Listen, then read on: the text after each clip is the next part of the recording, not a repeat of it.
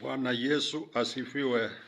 Mtazamaji wangu, ni Pastor James kutoka Neno Evangelism Center hapa Mzee wa Nyama.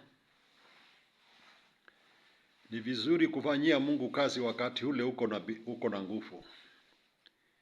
Kuna kipindi kingine ufika ukasema ningekuwa na nguvu ningefanya hivi na hivi.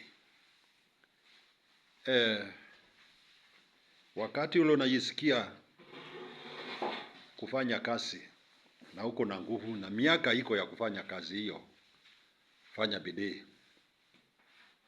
Hapa tunajaribu kutengeneza ni kwa ajili ya ibada. Nyumba ya Bwana inatakiwa kuwa safi.